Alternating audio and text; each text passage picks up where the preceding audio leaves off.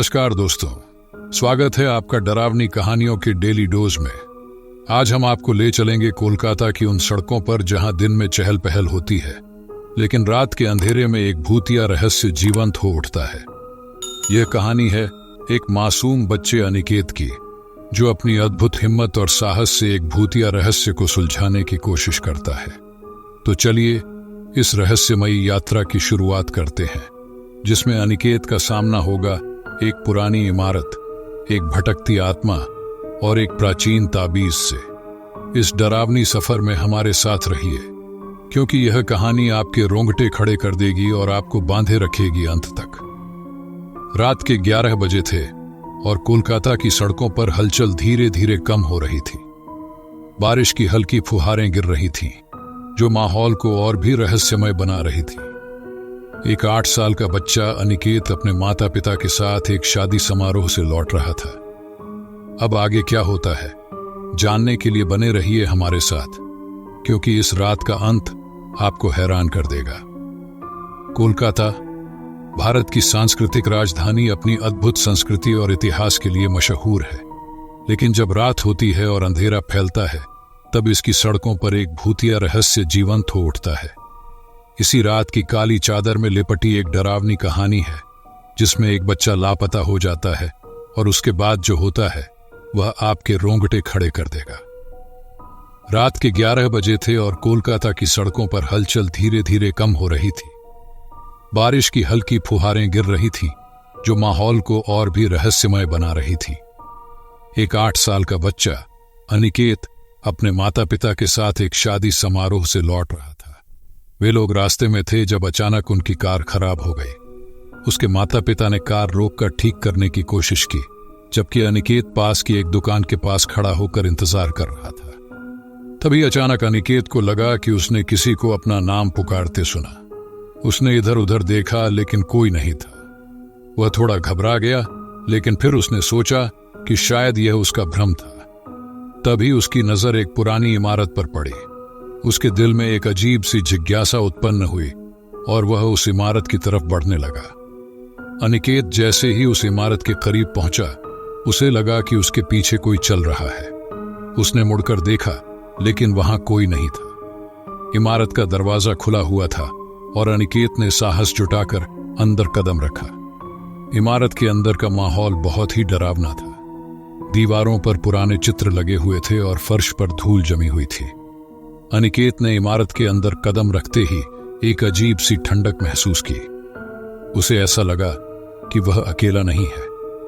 उसने एक बार फिर से पीछे मुड़कर देखा, लेकिन फिर से कुछ नहीं था। अनिकेत ने अपने कदमों को धीमा कर लिया और धीरे धीरे इमारत के अंदर जाने लगा। अनिकेत ने देखा कि एक कोने में एक पुराना टूटा हुआ झूला पड़ा हुआ है। अचानक उसे लगा कि झूला अपने आप हिलने लगा है। अनिकेत की सांसें थम गई। उसने सोचा कि यह उसकी कल्पना हो सकती है, लेकिन फिर भी वह डर गया। वह जल्दी से वहां से भागना चाहता था, लेकिन तभी उसने एक औरत की परछाई देखी। वह औरत सफेद साड़ी पहने हुए थी और उसकी आंखें सुर्ख लाल थीं। अनिकेत ने जोर से चीखने की कोशिश की, लेकिन उसकी आवाज गले में ही अटक गई। वह डर के मारे खड़ा रह गया और वो चीज धीरे धीरे अनिकेत की तरफ बढ़ने लगी। उसकी चाल बहुत ही डरावनी थी। अनिकेत ने हिम्मत जुटाकर भागने की कोशिश की, लेकिन उसके पैर जमीन से चिपक से गए। औरत अनिकेत के करीब आ चुकी थी।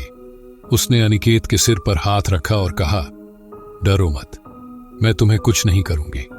मुझे तुम्हारी मदद चाहिए। अनिकेत ने कांपते हुए पूछा, आप कौन हैं? औरत ने बताया कि वह इस इमारत में बहुत साल पहले मारी गई थी और उसकी आत्मा भी यहां भटक रही है। उसने अनिकेत से कहा कि उसे एक बुरी आत्मा से छुटकारा पाना है, जो इस इमारत में कैद है।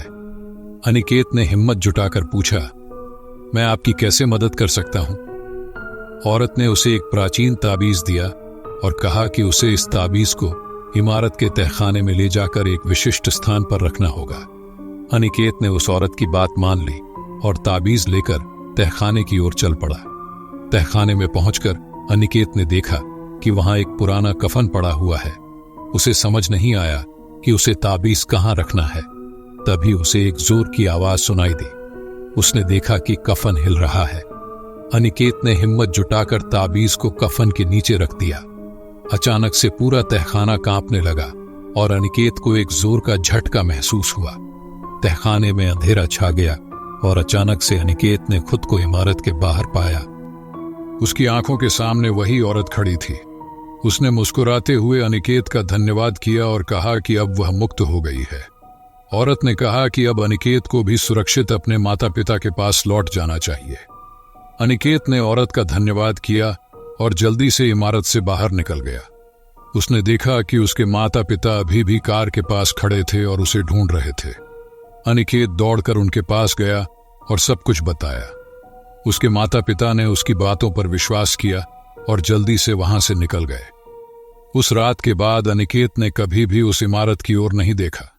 वह जानता था कि उसने एक भूतिया रहस्य को सुलझा लिया है, लेकिन वो ये भी जानता था कि कुछ रहस्य हमेशा रहस्य ही रहने चाहिए। अनिकेत की घर वापसी के बाद कुछ दिन सामान्य गुजरे, लेकिन एक रात उसे महसूस हुआ कि कोई उसे पुकार रहा है। उसने खिड़की से बाहर देखा तो वही पुरानी इमारत नजर आई। अब इमारत और भी डरावनी लग रही थी। अनिकेत ने अपने माता पिता को यह बात बताई, लेकिन उन्होंने इसे उसकी कल्पना समझकर अनदेखा कर दिया। एक रात जब बारिश हो रही थी और बिजली कड़क रही थी, अनिकेत ने फिर से उस आवाज को सुना। इस बार आवाज और भी स्पष्ट थी। अनिकेत ने साहस जुटाकर इमारत की ओर जाने का फैसला किया। उसने एक टॉर्च उठाई और चुपके से घर से निकल गया। अनिकेत ने इमारत में कदम रखा तो देखा कि वहां सब कुछ वैसा ही था जैसा उसने पिछली बार देखा था, लेकिन इस बार वहां एक नया दरवाजा था जो पहले नहीं था। अनिकेत ने धीरे धीरे उस दरवाजे को खोला और पाया कि वहां एक लंबी सुरंग थी। सुरंग के अंत में एक हल्की रोशनी दिखाई दे रही थी। अनिकेत ने टॉर्च जलाकर सुरंग में कदम रखा। सुरंग की दीवारों पर अजीबोगरीब चित्र बने हुए थे। वो बहुत डरावने थे। उसे महसूस हुआ कि वह अकेला नहीं है, कोई उसके साथ है। जैसे ही वह सुरंग के अंत में पहुंचा, उसने देखा कि वहां एक पुरानी पुस्तक रखी हुई है। अनिकेत ने उस पुस्तक को उठाया और पढ़ना शुरू किया। उसमें लिखा था कि इस इमारत में एक पुरानी आत्मा कैद है जो हर साल में एक बार जागती है और किसी निर्दोष बच्चे की आत्मा को अपने साथ ले जाती है। अनिकेत को अब समझ में आ रहा था कि वह बच्चा वही है और अब उसे इस आत्मा को रोकना होगा। पुस्तक में लिखा था कि आत्मा को रोकने के लिए उसे एक विशेष मंत्र पढ़ना होगा और एक विशिष्ट अनुष्ठान करना होगा। अनिकेत ने तुरंत वह पुस्तक अपने पास रख ली और घर की ओर भागा। उसे पता था कि उसके पास समय बहुत कम है। अनिकेत ने अपने माता पिता को सब कुछ बताया और उन्हें समझाया कि उसे क्या करना है।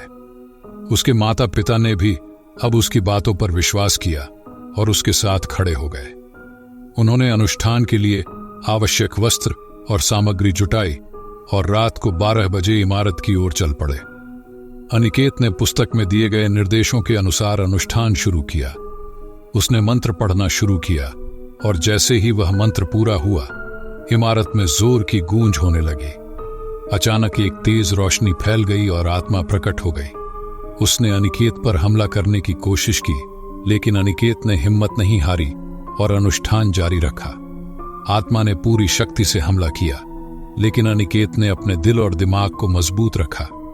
उसने अंतिम मंत्र पढ़ा और आत्मा को वापस उसकी कैद में भेज दिया। जैसे ही आत्मा गायब हुई, इमारत का सारा अंधेरा भी गायब हो गया। इमारत अब एक सामान्य पुरानी इमारत जैसी लगने लगी। अनिकेत और उसके माता पिता ने राहत की सांस ली। उन्होंने महसूस किया कि उन्होंने एक बड़ा खतरा टाल दिया है और अब सब कुछ सामान्य हो गया है। अनिकेत ने एक बार फिर से साबित कर दिया कि बहादुरी और साहस से किसी भी भय का सामना किया जा सकता है। अनिकेत की इस रोमांचक यात्रा ने उसे और भी मजबूत और साहसी बना दिया।